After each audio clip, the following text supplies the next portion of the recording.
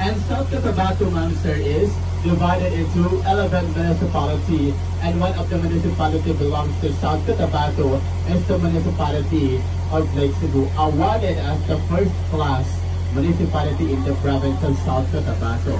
And ladies and gentlemen, ma'am, sir, Lake Cebu has a total population of 81,221. And Lake Cebu, ma'am, sir, ladies and gentlemen, this is divided into 19 barangay, and one of the biggest barangay in Lake Cebu is Barangay Lake Cebu po. But before anything else, before we proceed, I would like to present to you our largest island among 10. This is what we call Tabawo Island. So Tabawo Island, known as the largest, that is 9.23 hectares ang kanyang laong po ng isla yan. And mostly, the residents here in Lake Cebu, 60 to 65% the residency is we are pure Tabali tribe. Your target is afternoon, I am pure Tabali tribe by heart and by blood po. And ladies and gentlemen, our municipal mayor here in Lake Cebu, even our municipal councilors, they are a pure Tabali tribe. Ladies and gentlemen, their mode of transportation going to mainland to market by using the traditional boat or canoe or bangka sa inyo. Sa amin naman po sa mga Tabali ay owong sa amin. So in Tabali term or local term, everybody say owong.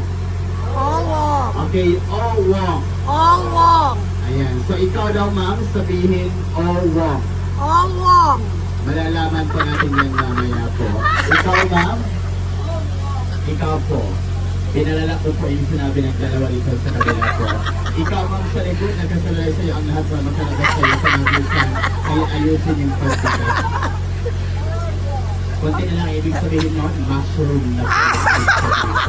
It's all the way O-N-G spelling. Hindi na kailangan kati.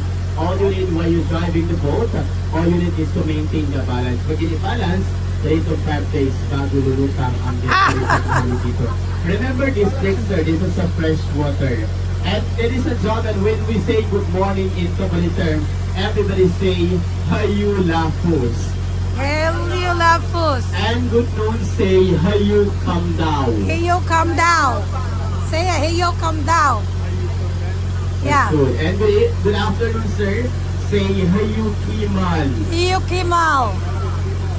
And good evening, say Hayu Kifu. Hayu Tifu.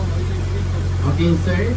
Since you're fluent in Tabali language, you're qualified to stay in Lake Cebu. We will give you a certificate of residency, and that is coming from here. And ladies and gentlemen, ma'am, sir, don't go sinabi lang is also belongs to the 11 island. It's what we call Tuko Banig Island. And the other side from the center, that is the smallest island among 11, we call that Tuko Banig Island po. So Banig means bamboo. Yan po ang pinakamaliit or the smallest island among 11. Ladies and gentlemen, present to you one of our main source of living here in Lake Cebu, by cooking tilapia. We fed tilapia here is 8 months. After 8 months, yung mga tilapia, harvest ko yan sila. Then in 1 kilo, we have 2 to 3 pieces in 1 kilo. But the outside of the cages, we have different kinds of fish, just like kurami, creme dory po, at saka pang-or, pang-dashes po. Ayan. So anyway, instead of saying who among here are familiar to flower horns po. Flower horns. Are you familiar? So, saan nyo sila ilalagay po? I-display po. Nag-study kayo kagabi po. Yung mga flower pa namin ko sa Lake Cebu, iba ang aquarium yung paglalagyan nila, nasa kawali na po yan. Kasi ulam na po yan po dito sa amin. Actually, before living in the island before, actually they don't have electricity or power.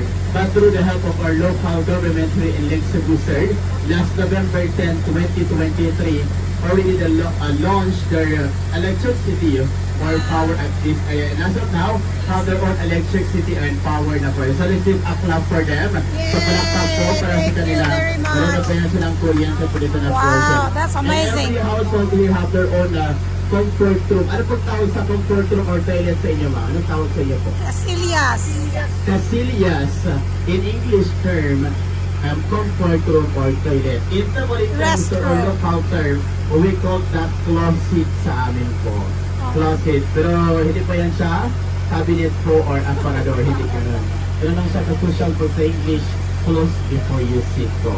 So, most of the condition. Okay, close and close before you sit.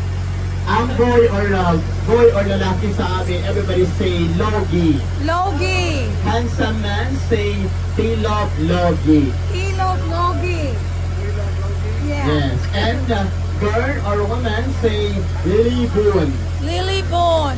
Beautiful girls, everybody say kanoon libon.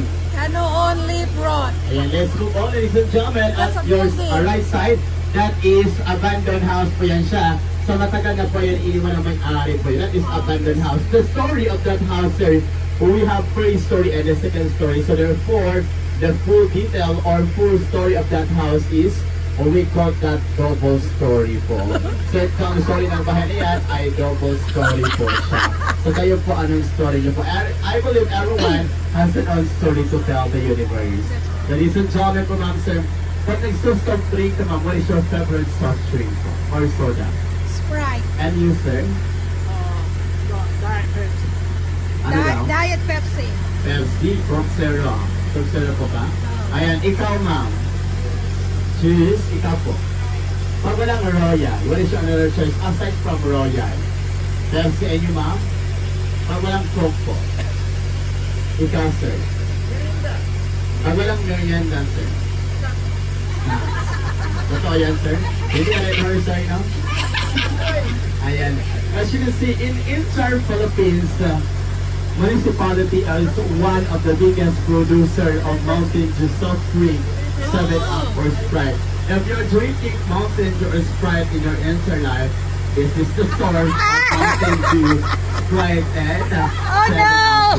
Ma'am, how's the taste of Sprite now? Very sweet. Yun po, ang kanyang flavor dyan ng lumot or algae na makakapalalumot sa Oh, ilalim ng gosh. lake po. Ayan, so I'm just kidding. Looks so Our good. lake is green. It is because the reflection of the trees around the lake and the green Yeah. algae kumakapalalumot sa ilalim nito po. And the biggest fish that we catch here in this area is 60 kilos. Only one piece lang po yan sa 6-0. That is pangdashes or we call that cream dory po yan sa ayan. 60. Ladies and gentlemen po, ma'am, sir. So, itong lake namin, actually, we never experienced the high tide or low tide na tinatawag because this lake has an outlet going to 7 waterfalls, going to 7 waterfalls going to Ala River, Surala, and bound to Rio Grande de Mindanao, found at Cotabato City.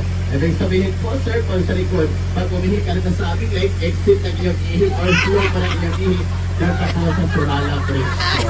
So, malayo ang dalo ng iyong So ihi. if you pee in the lake, your pee will go exit in the other city. Po, ma'am, sir.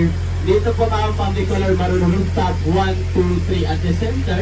We call that 3 fingers. Anyway, we call that 3 fingers because the shape, it looks like 3 fingers po. Oh, So yeah. therefore, if you want to become donor to complete the 3 fingers, become 5 fingers, just throw it in the lake po. Pagka may dalawang daliri kayong available dyan, for you to become a donors po. Ayan, the donors of 2 fingers po. 3 fingers. If you So, want to 3 donate your 2 is fingers, done. you just throw But it for 2 the fingers. information of everybody, 3 fingers, sir, not included 11 items. It is already connected to mainland. At the top of 3 fingers, National Highway going to Market to City na din po yan siya. And ladies and gentlemen, this area, this is their residential area na po yan. Dito na portion po.